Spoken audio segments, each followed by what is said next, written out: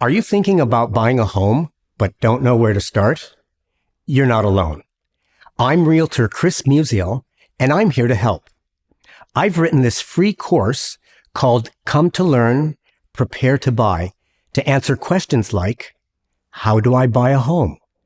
How much can I afford? How do I finance my new home? I wrote Come to Learn, Prepare to Buy for you if you meet one or more of the following criteria. You're looking to buy a home, but don't know where to start. You want to know how much you can afford. You need to finance your purchase, but don't know how to apply for a mortgage. You want to stay within your budget.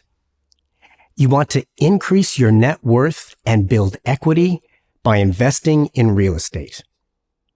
You want to buy in your preferred neighborhood near good schools and close to amenities that are important to you and your family. You're actively searching for homes online, but need advice from an experienced agent. You're concerned about the cost of working with a realtor. You're looking for a realtor who will take the time to teach and prepare you about the home buying process step by step.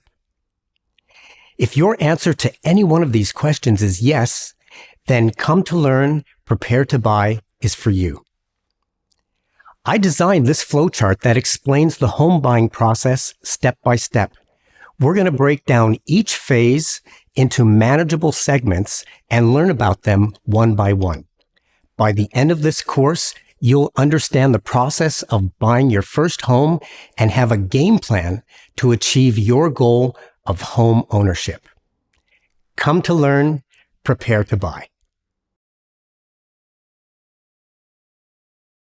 Real estate transactions have many moving parts, but home buyers who learn about the home buying process, have signed a buyer's agreement with a licensed realtor to represent their interests, have all their personal documentation prepared in advance, and have a clear purchasing strategy in place, achieve the best results. Let's get started. During this course, I'm going to refer to the Buying My Home flowchart that I made for you. It is a visual representation of the entire home buying process from start to finish.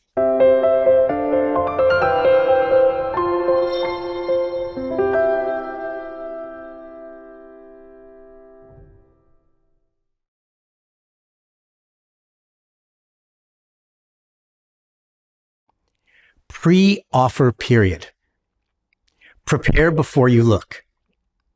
The preparation that you do in the pre-offer period is directly linked to the outcome of your home search and whether or not you are successful in purchasing your first home.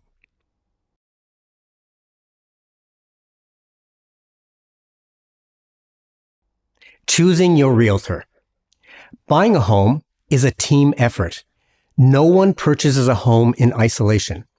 The list of people that provide a home buyer with their expertise includes lenders, lawyers, paralegals, insurance brokers, home inspectors, and of course, your realtor. This is just a partial list. Depending on the type of home you buy, you could be dealing with multiple inspectors, electricians, plumbers, contractors, heating system technicians, water system technicians, septic inspectors, and the list just goes on. The only expert on this list that remains with you from start to finish is your realtor. Your realtor is like your own personal harbor pilot that guides you safely from the rough waters of the open ocean to the safety of the harbor. You will encounter rough seas and the occasional rogue wave during your purchase. Your realtor and their team of experts is there to keep you on course to your destination of home ownership. You want a great realtor with a capable team on board. Realtor selection criteria. Let's apply a systematic selection process to choose a realtor best suited to represent you. You should look for the following characteristics when choosing your agent. Professional experience. How long has your realtor been practicing? Number of transactions. How many homes has your realtor successfully closed? Life experience. Has your agent already been through the process that you're about to go through? Responsiveness. Successful realtors have multiple clients at any one time. What does your agent do to make you feel like you are their only client? Local knowledge. Does your realtor know the neighborhood where you want to buy your home? Economic knowledge.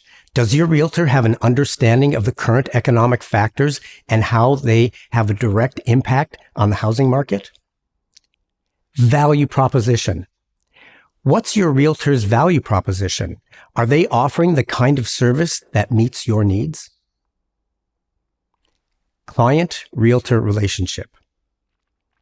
Realtors work with clients in a legal relationship called agency. As the client, the agency relationship exists between you and the designated agent. The agency relationship means that the brokerage, through your agent, has the authority to represent you as a client in real estate transactions. Brokerages and/or their designated agents are legally obligated to protect and promote your interests. In this relationship called agency, your realtor has the following fiduciary duties to you as the client. Disclosure, to disclose all relevant facts about a property. Confidentiality, to maintain your confidence. Competence, exercise care in performing all of their assigned duties. Obedience, to obey your lawful instructions. Loyalty, to act in your best interests at all times. And accountability, to account for all documentation, money, and/or property placed in their possession while acting on your behalf. Realtor selection FAQs. Let's take a look at a few questions and just review the material that we've been through so far. Is it possible to buy your own home without a real estate agent? And the answer is yes. However, for first-time home buyers, it isn't recommended. The home buying process is complicated and emotional. Having an agent by your side to navigate the housing market, submit a legally binding offer, and remain with you until closing will help you achieve your best outcome. What is the legal relationship called agency? Real estate representatives work with clients in a legal relationship called agency. As the client, the agency relationship exists between you and your realtor. The agency relationship means that the brokerage, through your agent, has the authority to represent you as a client in real estate transactions. In agency, your realtor has the fiduciary duty to work for your best interests.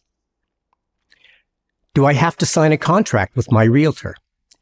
Yes. Your realtor will present you and review 2 documents with you. The names of these documents are Working with the Real Estate Industry and the Buyer's Designated Brokerage Agreement. Your realtor is obligated to introduce and explain the terminology and concepts in these documents until you are satisfied that you understand them. The Buyer Designated Brokerage Agreement is a legal contract binding the homeowner to the agent and vice versa. Your realtor cannot write an offer for you until the Buyer Designated Brokerage Agreement is signed first.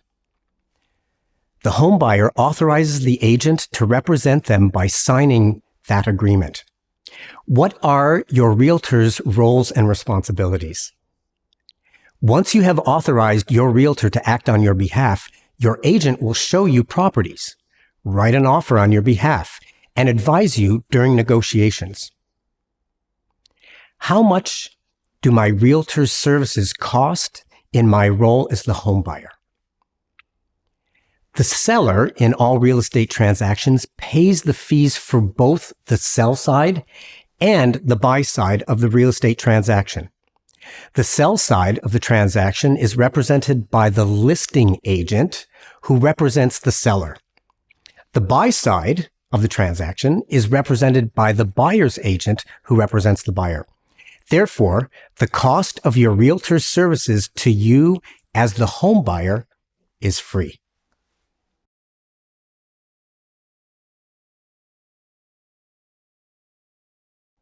Understand how much you can afford. Income and employment status. Lenders will ask to see 2 years' worth of work history to ensure that you have a reliable income.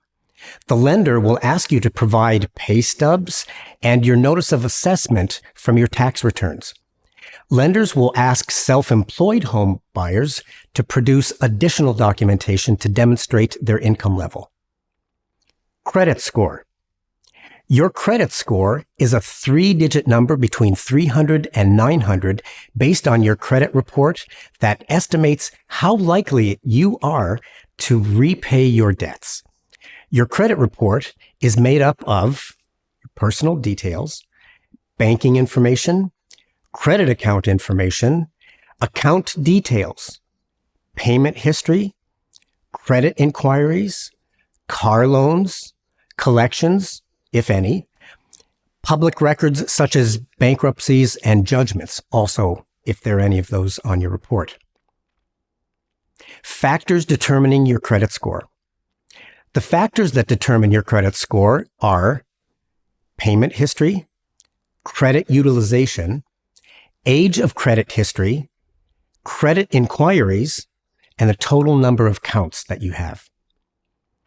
Your credit score dictates what loans and interest rates you qualify for. It shows how consistently you pay off your debts. Your credit score tells your lender how creditworthy or credit risky it is to lend you money. If you have a credit score of under 600, you probably won't qualify for a mortgage. But don't panic.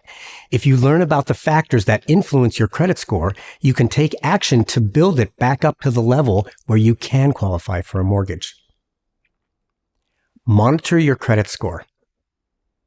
I monitor my credit score on a weekly basis through a free online credit score monitoring service. I recommend that you do exactly the same. Taking steps to improve your credit score are easier than you think. Effectively managing your debt can pay big dividends as you prepare to apply for a mortgage. A better credit score means better loan options with lower interest rates. Improve your credit score. Online banking services provided by banks such as CIBC have a section where you can monitor your credit score. Services such as borrowwell.com and creditkarma.ca monitor your credit score and provide tips on how you can improve your credit worthiness. The 5 C's of credit. The 5 C's of credit are character, capacity, capital, collateral, and conditions. Lenders use these criteria to assess a borrower's creditworthiness. So let's take a look at each one of these individually. Character.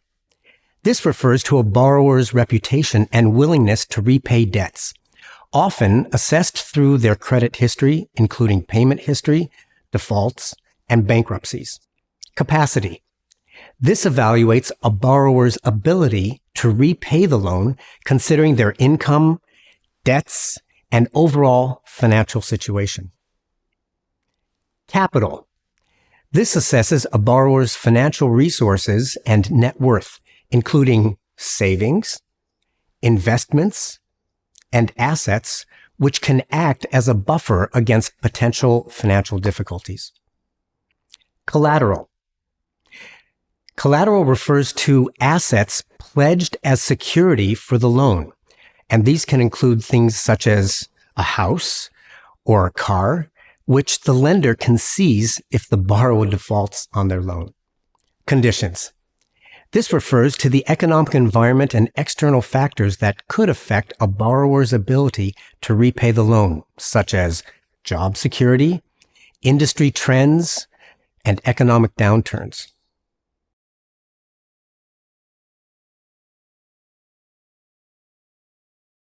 Get pre-approved for your mortgage. Barrier-free spending and record high debt. The advent of credit cards, bank machines, cell phones, smartwatches, and point-of-sale tap payment machines have made us lose sight of our personal finance fundamentals. Now, we buy whatever we want without thinking about the financial consequences. We've traded barrier-free spending for record-high consumer debt. In the days before electronic payment systems, we used cash, paper money. Remember that? Before we went shopping, we put the amount of money that we were able to spend in our purse or wallet, and that was the amount that we had to spend. It was predetermined and finite. We made choices because we understood our spending limit. The cart before the horse. Many first-time homebuyers jump right into home shopping without even knowing what they can afford. This leads to wasted time, stress, and disappointment. Worse yet, you might write an accepted offer only to discover that during the conditions period of the offer that you cannot secure financing, forcing you to walk away from the deal. Mortgage pre-approval. The horse before the cart. The best way to prepare yourself for writing an accepted offer on your dream home is to get pre-approved from a lender to determine your purchasing power. When you are accepted, your lender will give you a pre-approval letter that states how much you are approved for based on your credit, assets, and income. You can show your pre-approval letter to your realtor so that they can help you find homes that are within your price range. A pre-approved mortgage lets you know how much you can afford and what your interest rate will be and what your monthly mortgage payments will look like. Financing your new home. Preparation is key. The information that I'm going to share with you about financing your home is meant to prepare you for a meaningful conversation with a financial expert. Mortgage advisors, loans officers, and mortgage brokers are some of the most common titles given to professionals who are specifically trained or licensed to provide you with financial advice in relation to financing your new home. Visit your bank first. Contact your bank manager first. Let them know that you're preparing to look for a home and schedule a meeting with a mortgage advisor. The bank will not charge you for this meeting or for the advice. For better or for worse, your bank has a lot of financial information on you regarding what you spend, what you save, whether you pay your debts on time, your credit worthiness, and your net worth. This financial profile will allow your bank to tell you quickly what rate you qualify for and what you can afford in terms of a mortgage amount. Don't take your first offer. Shop around. The bank's mortgage advisor works for the bank. Her job is to make sure that your mortgage is in the bank's best interests. So, to make sure that I provide you with the best strategies to achieve your best results, I recommend that you arrange a second meeting with a mortgage broker. Visit your mortgage broker second. A mortgage broker is a licensed professional who acts as an intermediary between borrowers and lenders to help homebuyers secure mortgages through their knowledge of multiple mortgage products and lenders. Mortgage brokers work with as many as 35 different lenders to offer you a wide variety of mortgage options. A mortgage broker works for you, not the lender, and that's the big difference.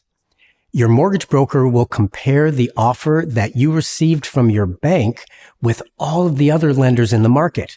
And based on this survey and comparison approach, you will now be in the best position to determine what mortgage is best for your circumstances. Just like the realtor who acts on behalf of a home buyer, the services of a mortgage broker are free to you. Mortgage brokers are paid a commission by the lender after you have made your first mortgage payment. Your mortgage broker has a vested interest in making sure that you get approved for the mortgage that best suits you. How to talk with loans officers and mortgage brokers.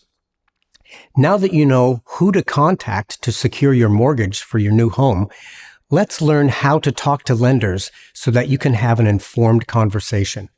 Fixed rate mortgages. A fixed rate mortgage is a loan where the interest rate remains the same for the entire term of the mortgage, ensuring predictable monthly payments and protecting you against interest rate fluctuations. A fixed rate mortgage comes with higher interest rates and comes with predictability. Variable rate mortgages. A variable rate mortgage is a loan where the interest rate fluctuates based on the Bank of Canada's interest rate policy decisions.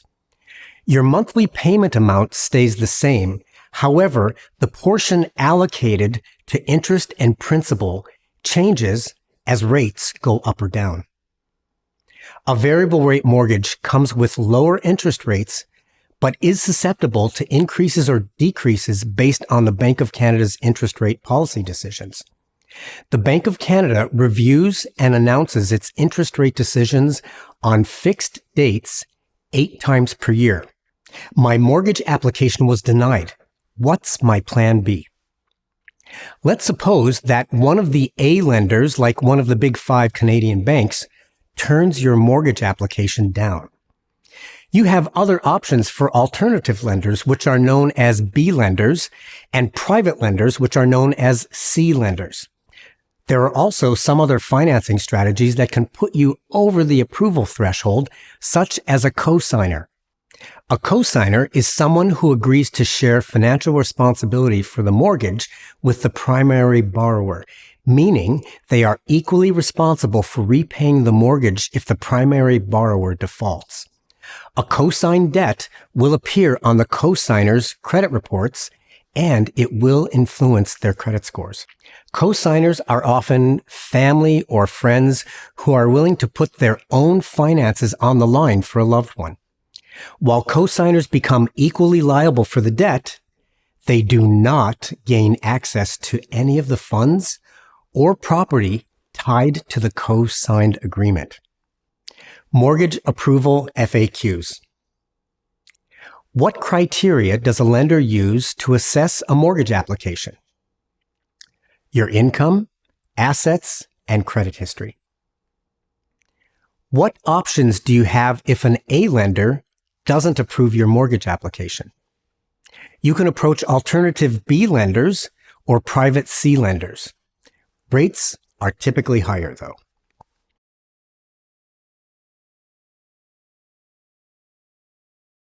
Deposit. A deposit is a sum of money the buyer pays to a neutral third party to demonstrate their commitment and good faith to the seller that they will purchase the property. The deposit amount is determined in consultation with your realtor and depends on such factors as the asking price, market conditions, and whether or not you're competing with other buyers in multiple offer situations. Once the deposit amount is determined, it is written into your offer on the agreement of purchase and sale contract with a deadline for its payment. The deposit is typically paid to the listing realtor's brokerage and held in its trust account. Deposit credited towards purchase price. If your offer is accepted, your deposit amount is credited towards the down payment of your home. Refundable deposit. Since you will most likely be writing your offer with conditions such as financing and home inspections, your deposit will be refunded when you provide documentary evidence that you could not meet your conditions. Non-refundable deposit. If, between the firm date and the closing date, the buyer decides to back out of the deal, the buyer forfeits the full deposit amount and the listing brokerage will pay the deposit to the seller. The seller may also seek to sue the buyer for damages incurred due to the buyer's contractual default. Down payment. Home buyers need to have a percentage of the purchase price in cash for a down payment. The amount of money you'll need for a down payment depends on your loan type and how much money you borrow. You can buy a home with a down payment of as little as 5% of the purchase price.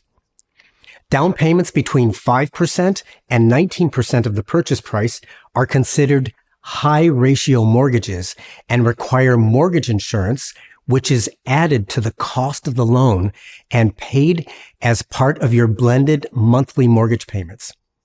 If you're able to make a down payment of 20% or more of the purchase price, the mortgage insurance requirement is waived, your mortgage principal is reduced, and your interest rate will be lower.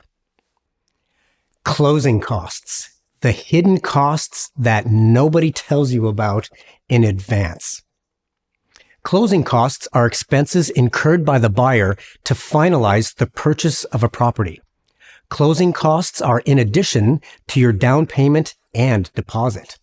Let's take a look at the most common kinds of closing costs. Legal fees. This cost is for your lawyer's services in handling the property purchase. These include your lawyer's time, the time of his paralegal and support staff, and the registration fees for filing legal documents with government offices such as the Provincial Land Registry. Deed transfer tax. This is a fee charged by a provincial or municipal government upon the transfer of property ownership. Title insurance. This is an insurance policy taken out by your lawyer to protect the property you are buying from unforeseen potential issues with the property's title. Home inspections. These fees cover the cost of home inspections, water tests, septic system inspections, and any other due diligence investigations that might be required on the property that you're purchasing. Mortgage default insurance. This is required if your down payment is less than 20% of the purchase price. Adjustments. This is not an expense, but rather a statement of account prepared by your lawyer's office to ensure that the buyer and the seller pay the exact amount of property taxes for the exact number of days that each party will own the home in the calendar year of the sale of the property. Adjustments can also include items for the bill for the amount of oil the seller paid to top up the oil or propane tank, so that the buyer takes possession of the home with a full fuel supply. Moving expenses. The cost of hiring a moving company, a truck, and the movers to transport your belongings from your current residence to your new home. Buyers, agents, realtors fees. When a home buyer signs a contract with a realtor to represent them and act on their behalf with a fiduciary duty to act in their best interests in a legally binding relationship called agency, the buyer pays no fees to their realtor. Closing costs, a line item example. In the following example, we're going to take a look at a line-by-line itemization of some typical closing costs for a home assuming a purchase price of $500,000. So we're going to start off with a 1.5% deed transfer tax, which will come to $7,500. Somewhere between $500 to $800 for home inspections. $800 to $1,500 for oil or propane adjustments, $1,200 to $1,800 for legal fees, depending on your lawyer, title insurance, approximately $500, tax adjustments, depending on the purchase date, moving expenses, and those will run you anywhere between approximately $1,200 to $1,400, buyers, agents, realtor fees, free to the buyer. So the total costs due upon closing will come to approximately $16,000 or just around 3% of your purchase price. Timing. When you choose to purchase your home is a decision involving but not limited to your household income, down payment percentage, household debt, interest rates, credit score, and the real estate market conditions. Are you ready to purchase your first home? FAQs. What score will you need to qualify for a mortgage? Most lenders require a credit score of at least 620 to qualify for a majority of loans. A score above 720 will generally get you the very best loan terms. How much down payment will you need? You can buy a home with as little as a 5% down payment, although you will qualify for better rates the larger your down payment. What is your credit score based on? Your credit score is based on your payment history, the amount of money you owe, the length of your credit history, the types of credit you've used, your pursuit of new credit, and how many times lenders have checked your credit score, known as hard inquiries.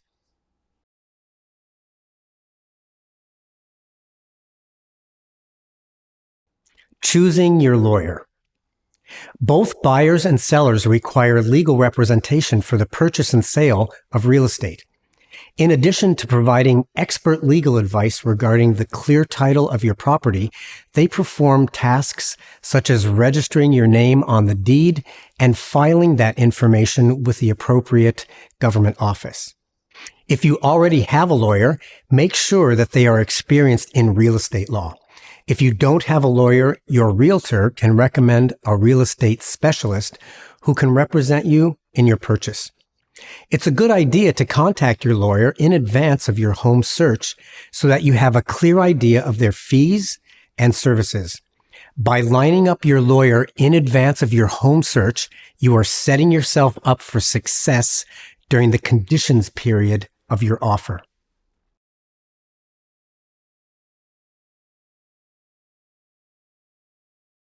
Needs versus wants. Know what you're looking for before you look. Knowing what kind of home you're looking for goes hand in hand with understanding what you can afford. To help you do this, I've designed a questionnaire to help you distinguish your needs from your wants. Deciding these factors before your home search will help you match your budget with the kind of home your family needs to help you succeed with your goal of home ownership. Here are a few things to think about from that questionnaire. Location. Do you want to live in downtown, in the suburbs, or in a more rural environment? Do you want to live close to work, school, recreation facilities, parks, or public transit? Is there a specific neighborhood you prefer? Size. How many bedrooms and bathrooms do you need? Do you need space for a home office or for extra storage? Do you need a garage? Sometimes you need to take into consideration special features. For example, does your new home require a wheelchair ramp? Does your new home require a secondary suite for a parent? Lifestyle. Are you planning to have children? Do you have teenage children? Is it important for you to live close to family and friends? Are you close to retirement? Will you need one-level living due to mobility issues?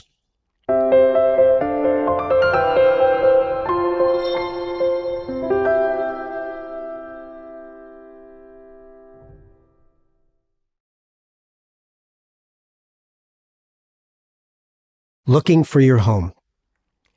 Preparation determines success.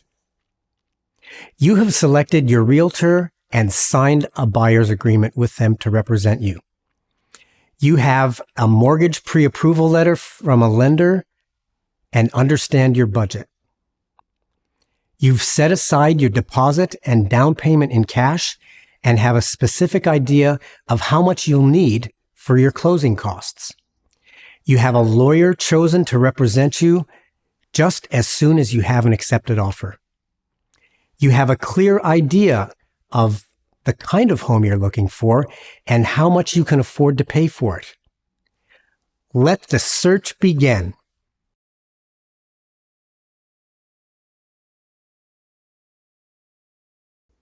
Search online.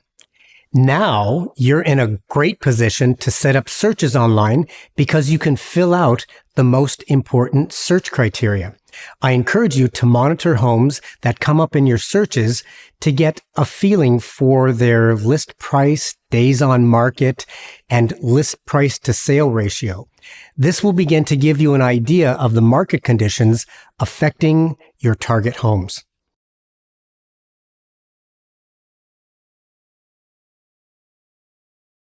Your realtor's recommended listings. Your realtor has access to advanced search capabilities on the multiple listing service and can set up a customized search service to feed you with new listings within hours of them coming on market. This will allow you to keep up to date with the latest market conditions. Your realtor will also provide you with access to opportunities that you might not be able to find on your own, such as exclusive listings, pocket listings, expired listings, unlisted properties, off-market deals, and properties coming to market.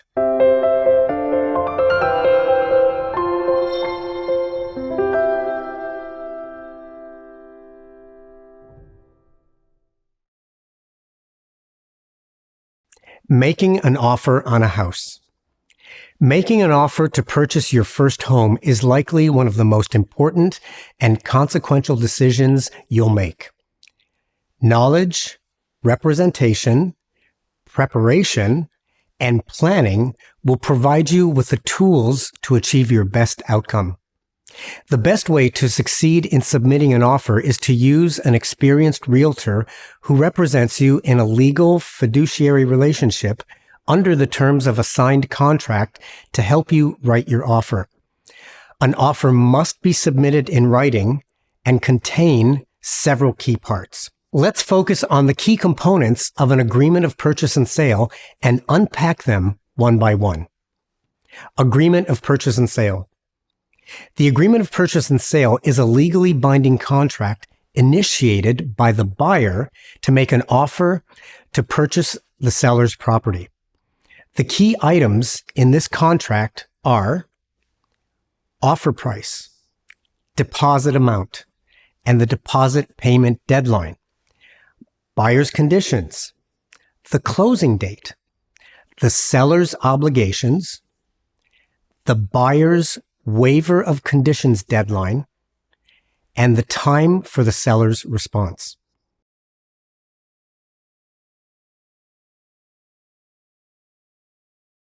Offer price. The offer price is the amount that the buyer offers to pay the seller for the purchase of the seller's property.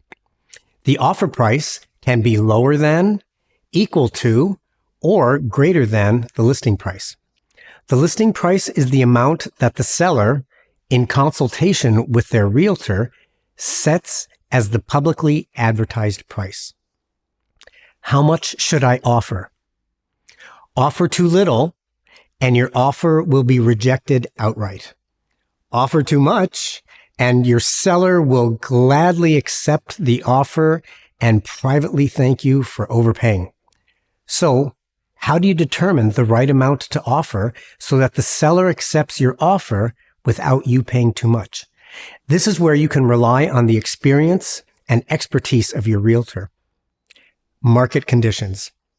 Your realtor is constantly monitoring the micro and macro market conditions, such as year-to-date sales, year-to-date sales compared to last year, market supply expressed as the number of homes currently for sale on the market, number of months of inventory, the recent sale of similar homes in the same neighborhood referred to as comparables, the number of similar homes in the same neighborhood actively on the market, average list price, average sales price, sold price to list price ratio as expressed as a percentage, average days on market, and finally, the current interest rate. Your realtor should present you with the current statistics on the list above to inform you and bring you into focus the market conditions you're dealing with. This market data will determine whether you are facing a buyer's market, a seller's market, or a balanced market. Seller's market. A seller's market occurs when too many qualified buyers are making too many offers on too few homes. Sellers have the clear advantage. Prices are high, and buyers might face multiple offer bidding situations, and most homes will be sold for a sale price that is higher than their listing price. If the home that you are interested in just came on the market today and it's a seller's market, you will want to know if their realtor, meaning the seller's realtor, is holding offers for the first week that the listing comes to market, creating something that we call a blind bidding scenario. A blind bidding scenario encourages multiple offers on a home. Buyer's market. A buyer's market occurs when more sellers are listing their homes for sale than there are buyers to buy them. Buyers have the clear advantage, prices are depressed, and sellers have to offer purchase incentives and be flexible with their conditions. Most homes will be sold for a sale price lower than their listing price. Balanced market. The technical definition of a balanced market is when there are 6 months of inventory of homes on the market. Another way to look at this is that if we listed no more homes for sale starting tomorrow, given the current number of sales, it would take 6 months for the entire inventory of those homes to be sold. In a balanced market, the number of buyers and sellers are approximately the same. Prices have reached a state of equilibrium, and neither buyers nor sellers have a real advantage. Perhaps you were interested in a home and wrote an offer on it, but didn't get that offer accepted. In a balanced market, chances are another similar home will come to the market soon, and you'll be able to get another chance to write on a similar home.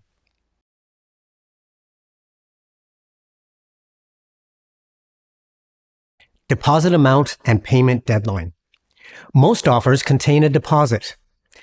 The deposit amount is usually 1 to 2% of the purchase price. The deposit actually has to be paid in that you can't just write a blank check and hope that nobody cashes it.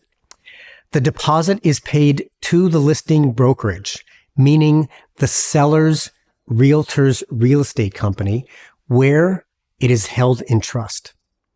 The seller's realtor will provide your realtor with the payment instructions and options for making your deposit payment. Upon payment, the listing brokerage will issue you a receipt to demonstrate that you paid the correct amount and the date on which it was paid. If your offer goes through to its intended goal of a final sale, your deposit will be credited to your down payment amount on the day that your lawyer reviews your adjustments. We already spoke about adjustments during our section on closing costs, and we will talk about them again in a moment. Can I get my deposit back? Yes, there are several ways that a buyer can retrieve their deposit once it has been paid. In the conditions section of the offer, the buyer will stipulate that a variety of conditions be met before the sale can proceed. 3 of the most common conditions are financing, inspections, and the provision of a property disclosure statement. A buyer will typically ask for additional conditions to be met, such as the disclosure of municipal tax invoices and payments, and the disclosure of any leased equipment that goes with the property through a standard form called the equipment schedule. Financing denied. Let's suppose that you were pre-approved to purchase a home at the price you offered, but from the time you were pre-approved to the time that you made your offer, the Bank of Canada increased interest rates several times, and now you no longer qualify to buy that home. In this case, you were not able to meet the financing condition, so your bank will provide you with a letter rejecting your mortgage application.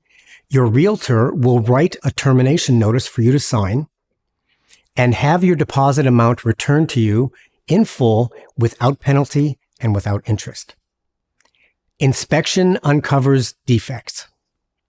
Let's suppose that your mortgage is approved and you proceed to your home inspection, where your inspector discovers and documents black mold and rotting roof trusses in the attic due to the long-term effects of a bathroom exhaust fan that was vented into the attic instead of the outdoors. Given the prospect of a lengthy and costly abatement and reconstruction, you wisely terminate the offer based on a material defect and recover your deposit in full. Can I lose my deposit? And the answer to that is yes. Let's suppose that you submit your offer. The seller accepts your offer. Your lender approves your mortgage. Your home inspection report finds no problems with the condition of the home. One by one, the seller meets all of their offer obligations. One by one, you meet all of your buyer's conditions. Finally, you submit in writing that all your conditions have been met and your offer is declared firm. Now, all you have to do is wait until the closing date, which is about a month away. Just after your offer is declared firm, your mother-in-law visits from out of town. Your partner takes her for a drive to see the house that you're about to buy, and they return from their trip mortified. According to your mother-in-law, the home is facing the wrong direction, and this will bring bad luck and misfortune to your entire family. Your partner has not slept in days. The tension at home is palpable. To alleviate the tension and restore harmony, you decide to terminate the offer just 2 weeks before the closing.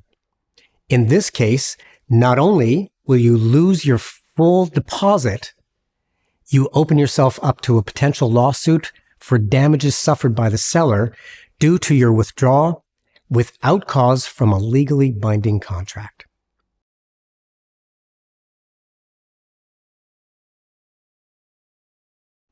Buyer's conditions. Let's review the most common buyer's conditions written into a typical agreement of purchase and sale. So here's the list. Closing date, financing, seller's obligations, property disclosure statement, equipment schedule, property tax statements, electricity and fuel consumption statements for the previous 12 months, inspections, and lawyer's review and title search. So let's take these and unpack them one by one. Closing date. Closing date can also be referred to as just the closing or the conveyance. The closing date is the day upon which the buyer's money is paid to the seller in exchange for clear title to the property and then possession of the property. The administration of this exchange is handled by the parties' lawyers. Many sellers will indicate their desired closing date in their MLS listing in the section labeled possession. Oftentimes, sellers will simply indicate that their preferred closing date is negotiable, leaving the section of the closing date up to what works well for your timeline. The seller might indicate a specific date. The seller might indicate that a quick closing is possible, giving you a clue that they are ready to proceed sooner rather than later. Seller's preferred closing. When a seller simply indicates that possession is negotiable, instruct your realtor to reach out to the seller's realtor to ask what closing date works best for the seller to see if there's any common ground. If the timing of the closing is flexible for you and you're able to offer the seller their preferred closing date, your offer will be looked on as being more favorable by the seller. Always close on Tuesdays, Wednesdays, and Thursdays. Ask any lawyer. Mondays are chaotic days at law firms. Phone calls from clients informing their lawyers of car accidents, marriage breakups, and broken commercial contracts usually come on Monday mornings with clients seeking their immediate help. Lawyers and their administrative teams are very well organized, but I like to afford lawyers for both parties one full business day prior to closing to review your file for one last time to make sure that everything is ready to go the moment your law office opens for business on your closing date. Don't close on Mondays. Fridays, another day to avoid closings. Law firms are not open on Saturdays, Sundays, and statutory holidays. If there's any glitch in the closing process from either party's lawyer, the lawyers will have a more difficult time fixing the problem because their offices won't be open again until the following Monday. This is why I advise my clients, don't close on Fridays. The first and the last days of the month. Banks process billions of transactions each year. A large portion of those are for automatic payments on the first and last days of the month. The movement of your money is just another transaction for them. Don't add to the bank's already high volume of transactions when you can avoid it. This is why I advise my clients, don't close on the first or last calendar day of the month. Always instruct your realtor to close on a Tuesday, Wednesday, or Thursday to increase your chances of successful closing. Financing. Before you started looking for your home, you met with your bank and then a mortgage broker to determine if you could qualify for a mortgage. The lender responded with an amount that they would be willing to lend you based on your financial means. Now that you have an accepted offer on your specific property, your lender will do a thorough financial investigation to determine if they will approve your mortgage. The first item on your lender's assessment list will be to perform a hard credit check to determine the history behind your credit score. Once your lender is satisfied that you are creditworthy and have demonstrated a prior history of repaying your debts, they will shift their focus to the value of the target property. This will involve an assessment to determine if your offer amount, the amount you wrote in your purchase price, is similar to or lower than the market value of the home. Some lenders have access to such good residential home sales data that they can extrapolate the value for a large percentage of loans that they underwrite. In properties where there are few comparables, the lender will require an appraisal. An appraisal is a professional evaluation of a property's market value. An appraiser uses comparables and the direct comparison method to determine an appraised value. Most lenders will require you, the buyer, to pay for the appraisal, but won't release the document to the borrower. If your creditworthiness is sound and the appraiser's figure for the market value is within a few percentage points of the purchase price that you wrote in your offer, you will most likely be approved for your mortgage.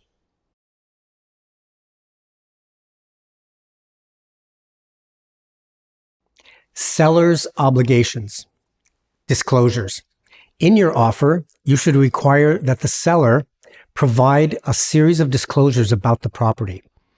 Well-prepared listing agents will have all these disclosure documents prepared as part of the listing information they compile to advertise the listing, or will make these documents available upon receipt of an accepted offer. If the listing agent has not provided these disclosure documents in either one of these ways, you should give the seller a deadline of no more than 2 business days to produce the full set of disclosure documents. Let's look at the most common disclosure documents in detail. So the first one is a property disclosure statement. The property disclosure statement is a standardized fill-in-the-blank form that is provided by most real estate boards and associations. It is provided for sellers to include as part of the listing documentation. The property disclosure statement provides the seller with the opportunity to describe the former and current condition of the property from the time of their purchase until the time that they listed the property for sale. The form is divided into sections to cover every major structural system of the home, both on the interior and the exterior.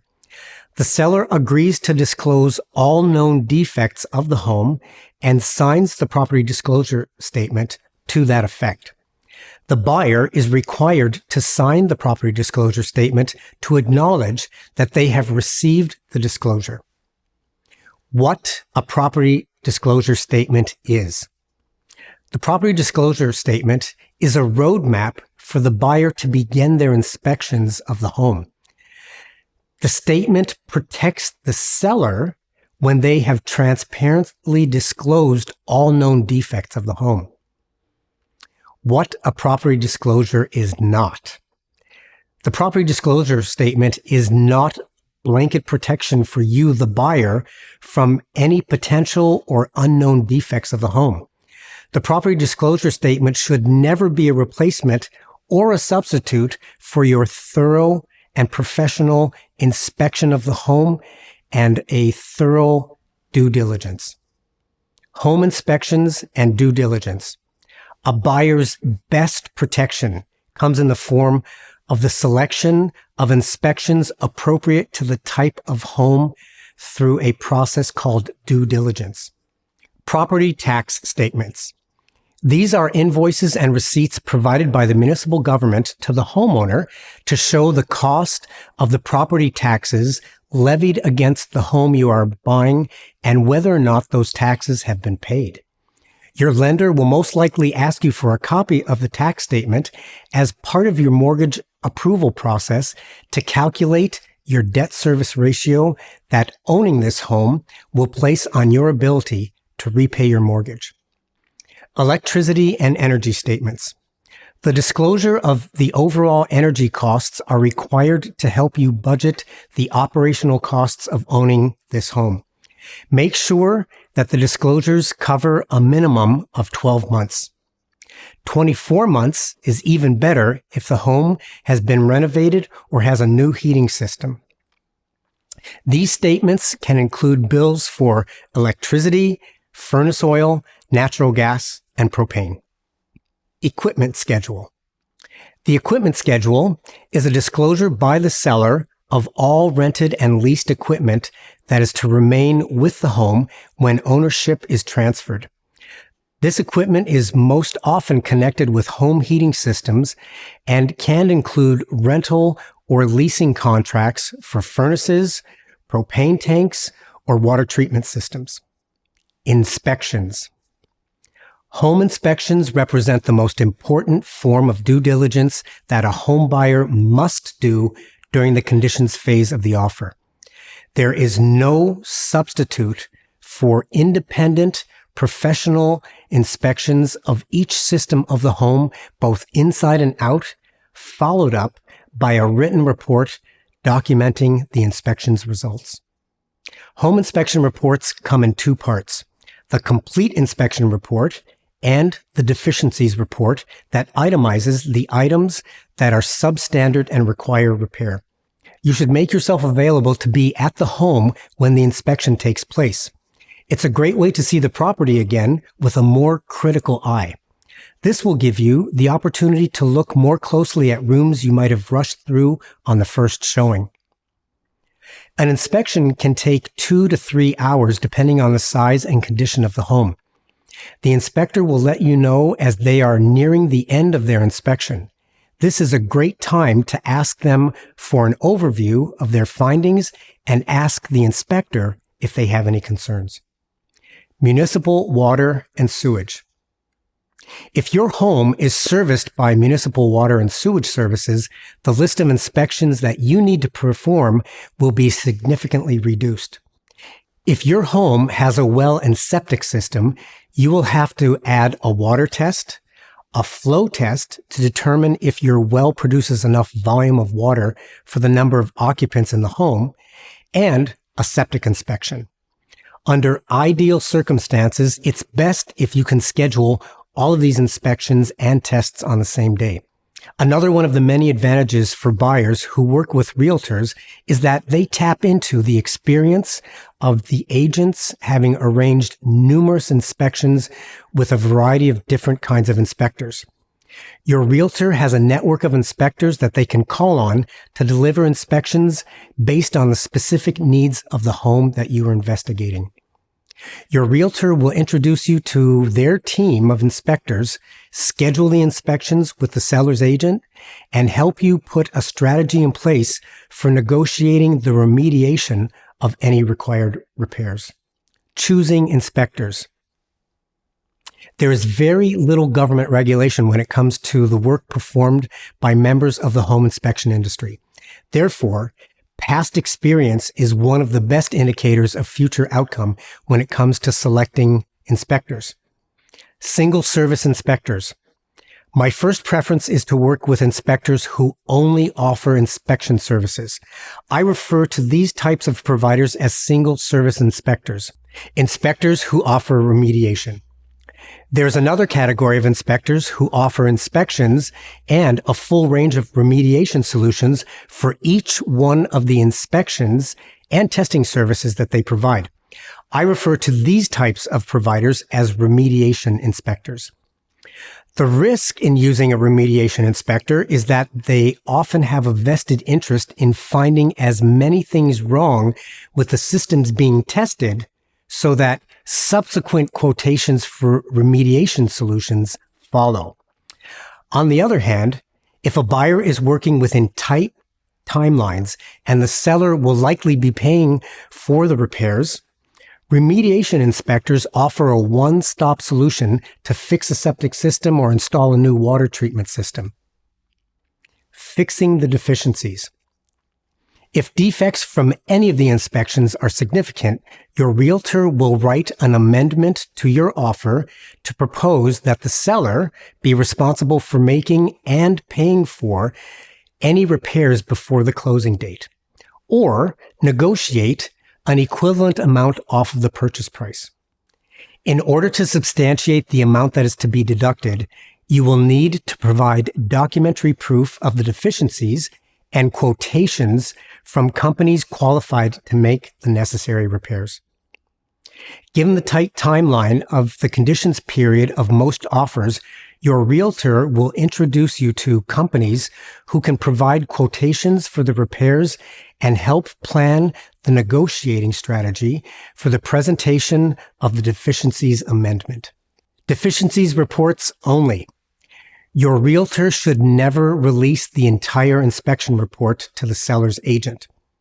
Just release the deficiencies report and any other reports that demonstrate the deficiencies. If the entire inspection report is released and your offer does not become a sale, there's nothing preventing the seller from using that report that you paid for to demonstrate that the home is in great condition otherwise. Need to know basis only. Never release any portion of any inspection report, good or bad, to an insurance company, even if they ask for it.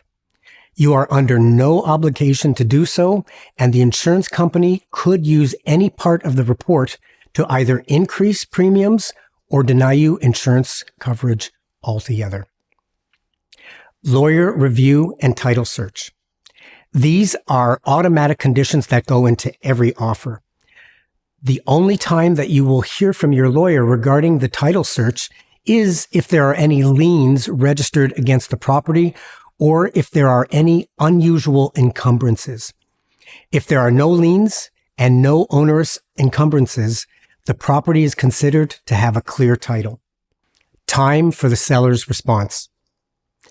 How much time you give a seller as a deadline for them to respond to your offer in writing depends on such factors as how long the property has been on the market, how much perceived competition there is for the property, and whether or not the listing cut provides instructions from the listing agent to the buyer's agent on how long the offer is to be left open, due to such factors as whether or not the seller might be in the country or is otherwise easily contacted. 2 hours is probably too little time for the sellers to be contacted, and you run the risk of your offer falling.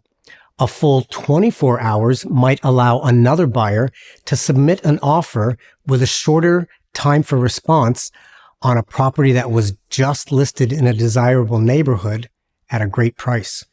Your realtor will take the above factors into consideration when advising you on the amount of time you should offer the seller for the seller's response. Offer written, submitting your offer to the seller. So let's take a look and recap here what we've done. You have planned your offer strategy with your realtor. Your agent has written your offer and reviewed it with you. You have signed your offer. Now it's time for your realtor to submit your offer to the seller's agent. Now we wait for the seller's response. The seller's response. It can be nerve-wracking waiting for a telephone call or an email with a decision from the seller regarding your offer to purchase their home, especially if it's your very first one. Let's take a look at the 4 possible seller responses to your offer. Offer rejected.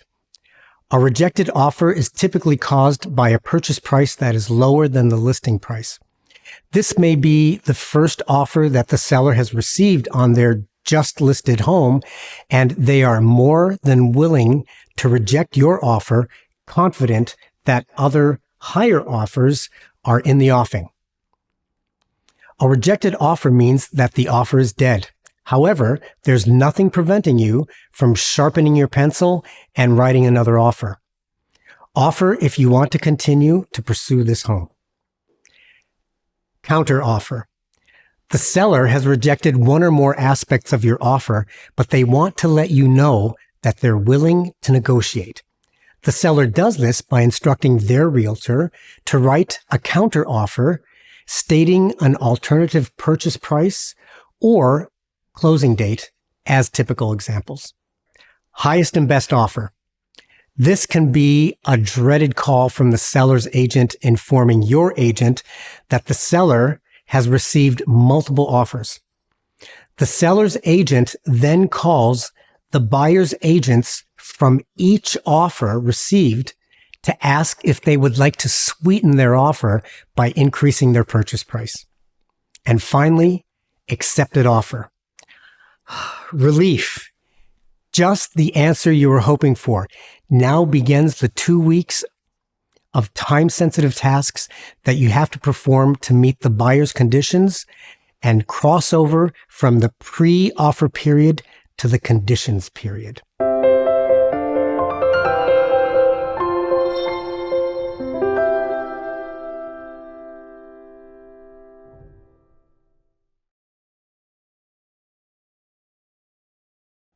The conditions period. Perform due diligence. Performing due diligence.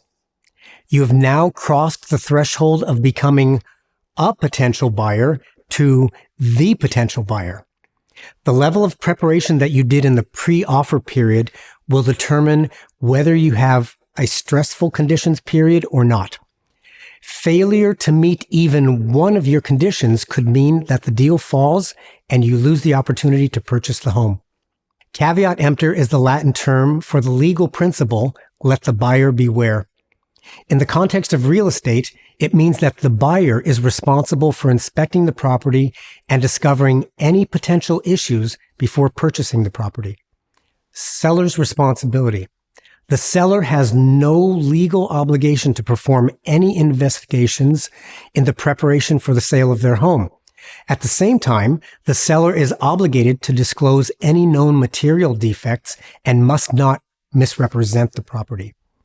While caveat emptor is the legal principle, the term that describes the buyer's responsibility for a thorough investigation of a property before they buy it is called due diligence. Due diligence. Your realtor will help you put together a plan for your due diligence investigation based on the type of home you're buying. The most common buyer's due diligence investigations include the following: home inspections, an asbestos test, septic system inspections, water tests, well tests, radon tests, online searches by the address, and social media searches. Let's look at a typical due diligence checklist. So once your offer is accepted, you'll want to run through this checklist to make sure that you've gotten all of these bases covered. Send the accepted offer to your lawyer and lender. Request and confirm mortgage approval. Arrange and attend inspections. Investigate the listing documents. Confirm your lawyer's review. Review the inspection reports. Write a deficiencies amendment if required. Pay the deposit in trust to the listing agent's brokerage. Satisfy all the buyer's condition. Confirm that the seller's obligations have been met. Declare in writing to the seller that all of the buyer's conditions have been met. Pre-offer preparation pays off. This is a long checklist of critical tasks to get done in only 10 business days, which is why the preparation that you do in the pre-offer period is the biggest factor in determining whether or not you will successfully make it through the conditions period and ultimately to your goal of home ownership. Buyer waiver of conditions, the firm date. Hint, no backsies. The firm date is the deadline specified in the agreement of purchase and sale by which the buyer is deemed to have met all of the buyer's conditions and is also satisfied that the seller has met all of the seller's obligations as written in the agreement. In some provinces and states, buyers are required to submit a special form called a buyer waiver to confirm that all conditions have been met. Receipt of this written buyer's declaration is the point where the offer is considered firm. At this point, the offer is irrevocable and the parties enter the pre-closing period. Upon the buyer's declaration that the offer is firm, neither party can back out of the deal without the risk of legal action. If the buyer backs out of the agreement after the firm date, they will most likely lose their deposit in addition to facing a lawsuit for damages suffered by the seller. Now that the agreement has been declared firm, the offer enters the pre-closing period.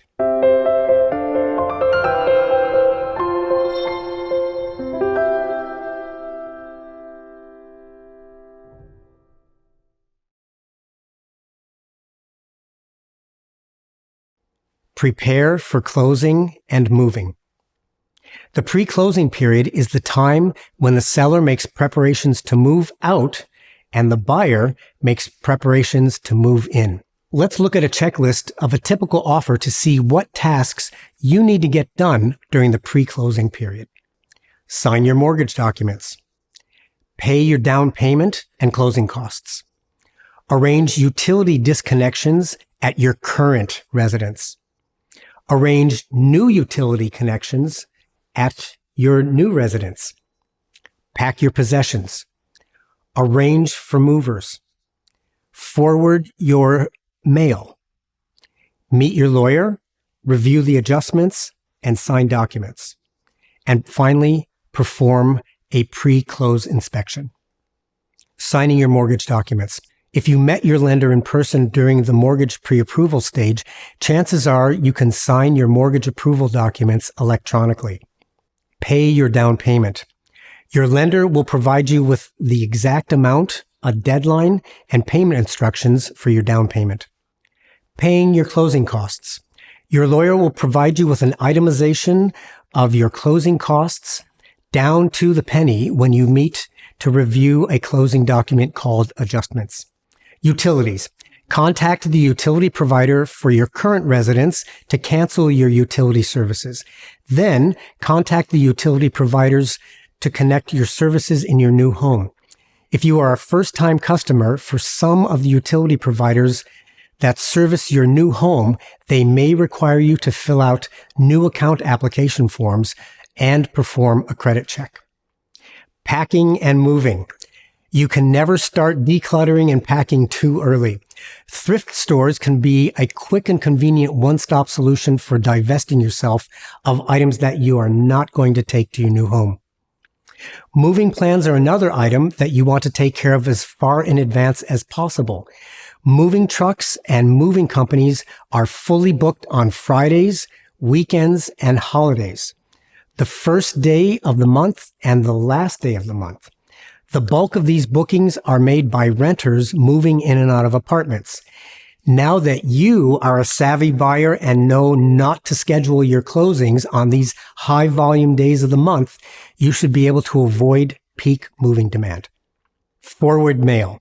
Canada Post has a service for forwarding mail from your current address to your new address. While our reliance on snail mail grows less and less, it's a service worth considering to make sure that you minimize any interruption in the delivery of important documents to give you the opportunity to notify all your contacts that you've moved. Reviewing adjustments with your lawyer. Your lawyer will arrange an in-person meeting with you at their office to review your statement of accounts on your purchase, known as the adjustments. Pre-close inspection. Your realtor will schedule a pre-close inspection with the seller's agent on the day before or the morning of the closing. The purpose of this event is to make sure that the home is, in every way, presented to the buyer as was agreed to in the offer. There can be a long list of items to check during the pre-close inspection, such as the repair of deficiencies, if specified in the offer. Items that were agreed to be included in the agreement are actually present. Unwanted items like leftover snow tires are not left behind. And heating and electrical systems remaining operable. If there are any other parts of the offer that the seller has not honored, you can let your realtor know that you are not prepared to close unless a last-minute remedy is performed or the lawyers can negotiate a holdback of an appropriate amount to remedy the deficiencies. Release the funds. Release the funds is the instruction that the buyer gives to the buyer's lawyer at the end of the pre-close inspection when the buyer is satisfied that the seller has presented the home as was agreed to in the offer.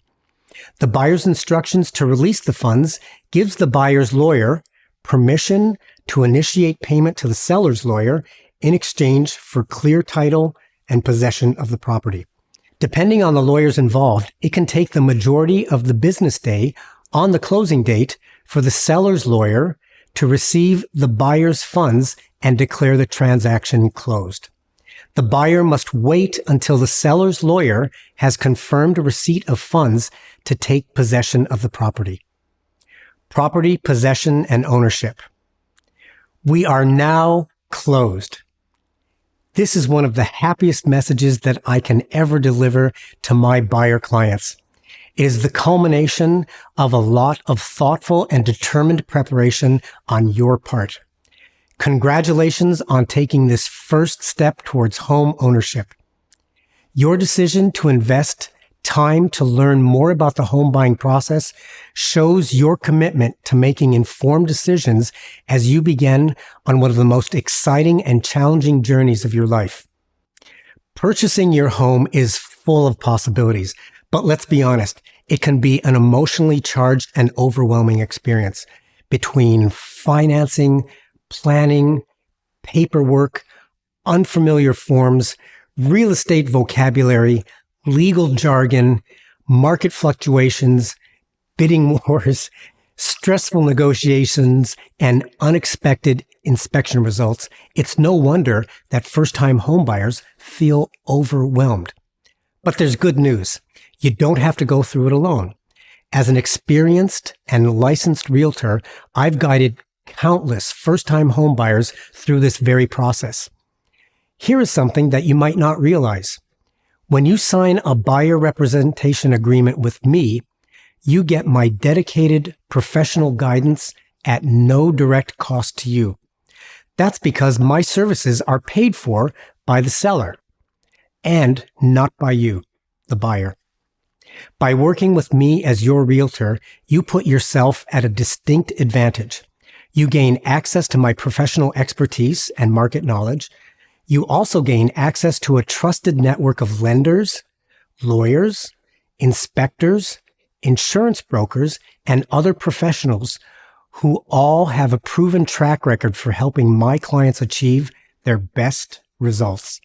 Together, we'll navigate the complexities of the process, avoid common pitfalls, and craft a strategy that works for you. And let's not forget the emotional side of this journey. Buying a home can be an emotional roller coaster. The ups and downs can be intense, but having a trusted advisor by your side will help you stay focused, confident, and in control from start to finish. So what's next? Time for you to take action. Download this Homebuyers course. I've prepared a free downloadable copy of this Homebuyers course just for you. It's packed with helpful insights and resources that you can refer back to throughout every step of your journey. Simply click on the link provided to download your copy now. You can also download a copy on my website located at chrismusial.realtor. Second, I encourage you to schedule a telephone call with me. Whether you're just starting to explore your options or you're ready to dive right into the market, this one-on-one conversation is your chance for us to connect, discuss your goals, and create a clear, actionable plan for moving forward. My role is to be your advocate, your resource, and your mentor every step of the way. So here's your simple action plan. Download your free copy of Come to Learn, Prepare to Buy at chrismusial.realtor. Book your appointment with me to discuss your home buying goals and start the journey with confidence. You've already taken this first incredible step by completing this course. Now let's keep that momentum going and let's work together to make your dream of home ownership a reality. Thank you again for joining me today. I can't wait to meet you so we can get started on realizing your dream of home ownership. At RE/MAX Nova, I'm Realtor Chris Musial.